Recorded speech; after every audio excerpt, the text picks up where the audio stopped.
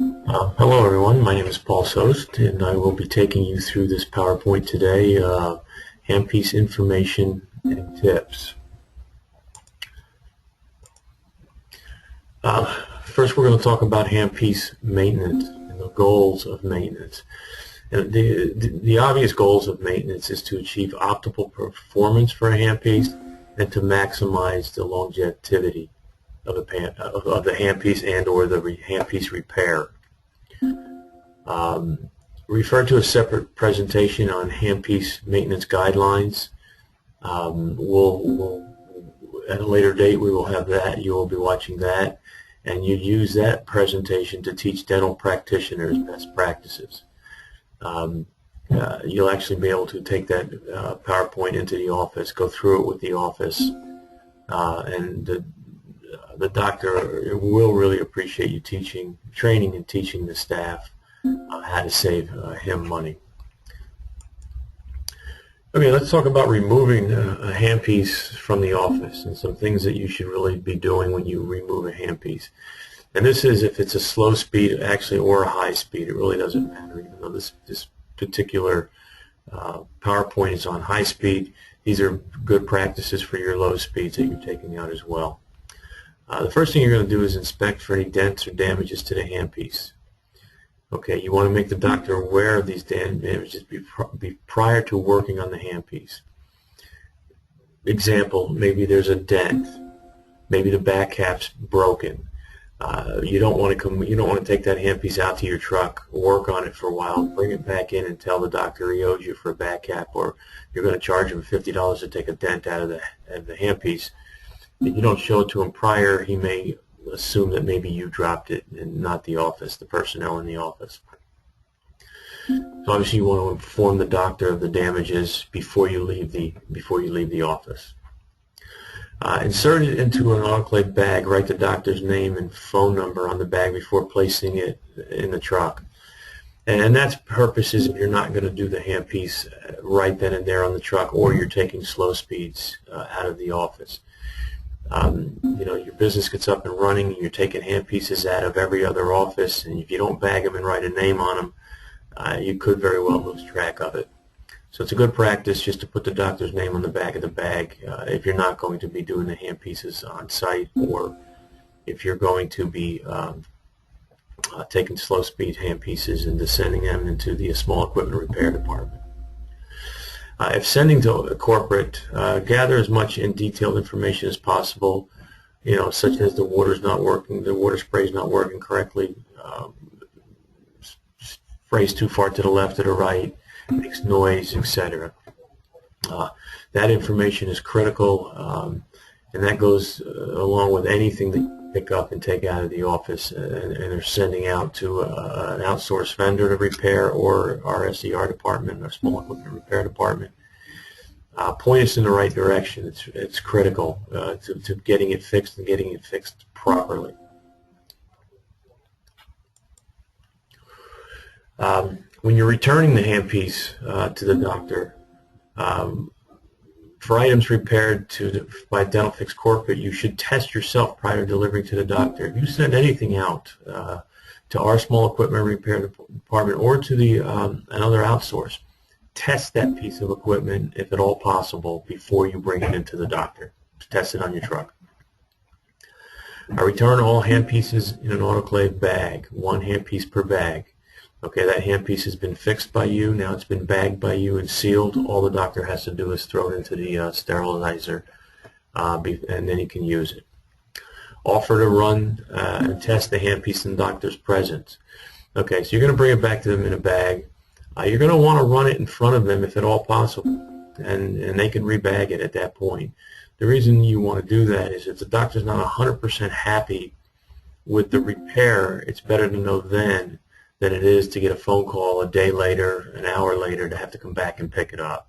Leave a descriptive invoice regarding the specifics of the repair, such as what parts were used, what was cleaned, indicate which operatory room repair was done in, etc. This is always a good practice. The doctor, you may leave the invoice, the doctor may not look at that invoice. Maybe the doctor's in a room Maybe he's going to pay. He's going to send a check in the mail. Maybe the front desk girl gave you a credit card. He hasn't seen the invoice. He goes, looks at the invoice at night, and he doesn't understand what you did. Now you're going to have to get a phone call from him, and asking you to explain to him, what was done on the repairs. Expect that to happen. So make sure you give a descriptive invoice to where he doesn't have to call you. These are just some handpiece tips. We'll start with turbines. Look carefully at the pieces to ensure that you reassemble the same manner as the old one or as the schematic shows.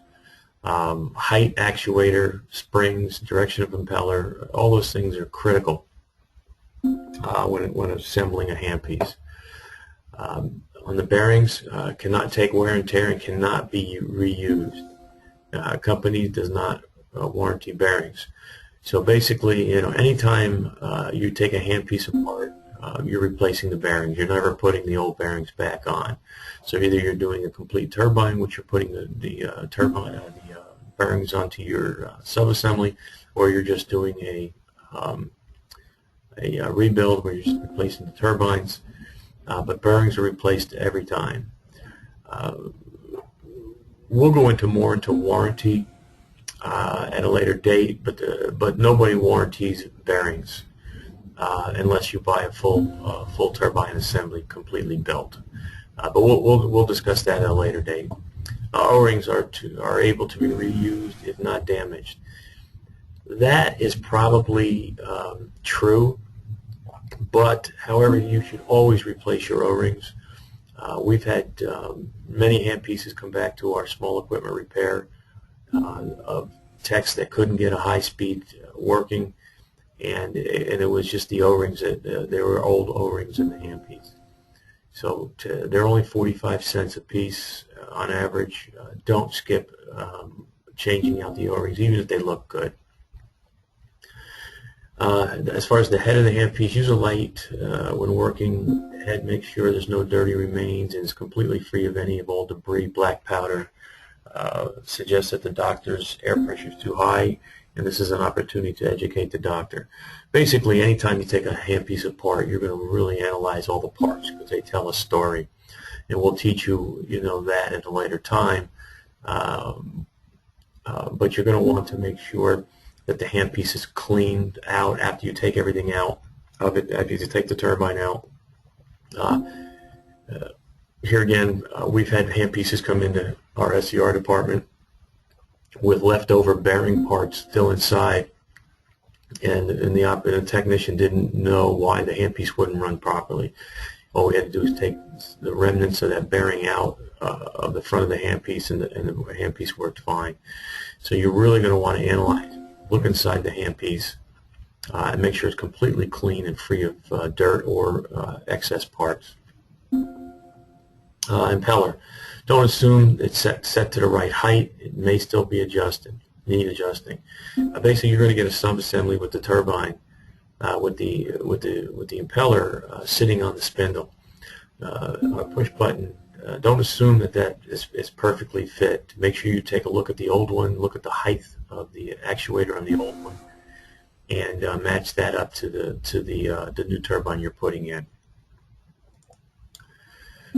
Ceramic bearings are much more expensive and run smoother and quieter. However, don't get trapped into extending warranty. If a doctor uses a handpiece, the ceramic bearings will not damage as well.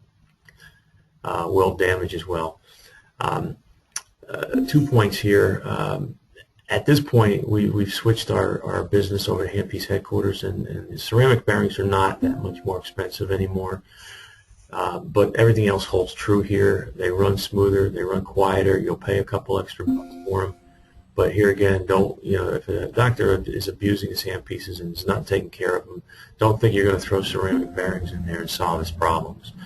You're going to solve his problem by teaching him how to take care and how to maintain his handpieces. When it comes to the handpiece press, no need to press too hard.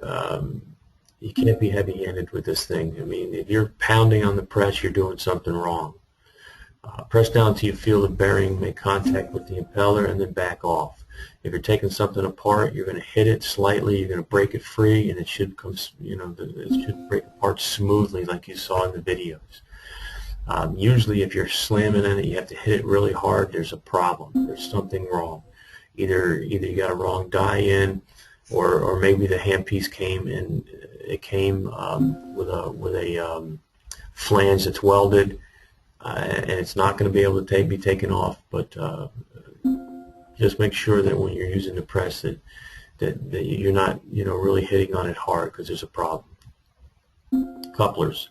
There are certain manufacturers such as ADEC and Layers that only sell direct to dentists. You will need to borrow the dentist coupler to test the handpiece. If you have many in your territory, then contact Dental Fix Purchasing to try to source a specific coupler for you.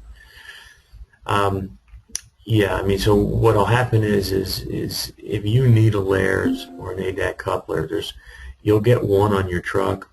The other one is only made by ADEC. There's nobody else making it at this point. So we cannot get the 2 or 3 different type couplers. What we suggest, it says here to call purchasing. What we suggest is you get on the internet and you try to buy some off of eBay or something of that nature. I can probably get these, but they're going to be quite expensive, up in the $300–400 range. We can probably buy them for $100 to $150 on eBay.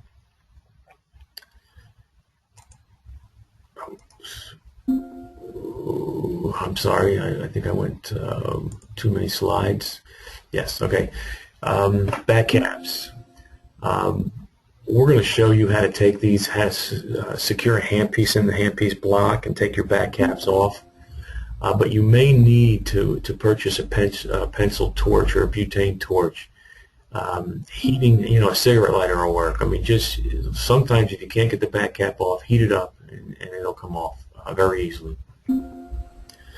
Burr stuck. Push on the push button, pull out with pliers. Okay, so if you have a burr stuck in there into your spindle, it's usually because it was probably sterilized with the burr inside the handpiece, which is a problem. That the moisture rusted a little bit, and now it's lodged in the chuck. All you're going to do is push on the actuate the chuck, however that is, with a lever or a push button, and you're going to pull it out with a pliers. You're going to do a pull test to determine if the chuck is still good. And there'll be another video on pull testing as far as that goes. Mini ultrasonics cleaners, you can purchase those for $40 to $50. And that is to clean it up, to unclog a water line and things of that nature. But you must take the turbine out of the shell of the handpiece. It cleans out the water in the drive air lines, and it will damage the turbine. So you have O-rings. You obviously have a chucking mechanism inside. You don't want that in an ultrasonic cleaner. But they come in handy to free clogs at times. And you'll also get another tool from Handpiece headquarters that'll help you on free clogs as well. If you have any general questions that don't need to be immediate answers, you can email parts@dentalfixrx.com when it comes to any question on handpiece repairs or any questions for that matter at all. For immediate help, call the helpline at 954-320-7610, extension 220. Okay, well, thank you very much.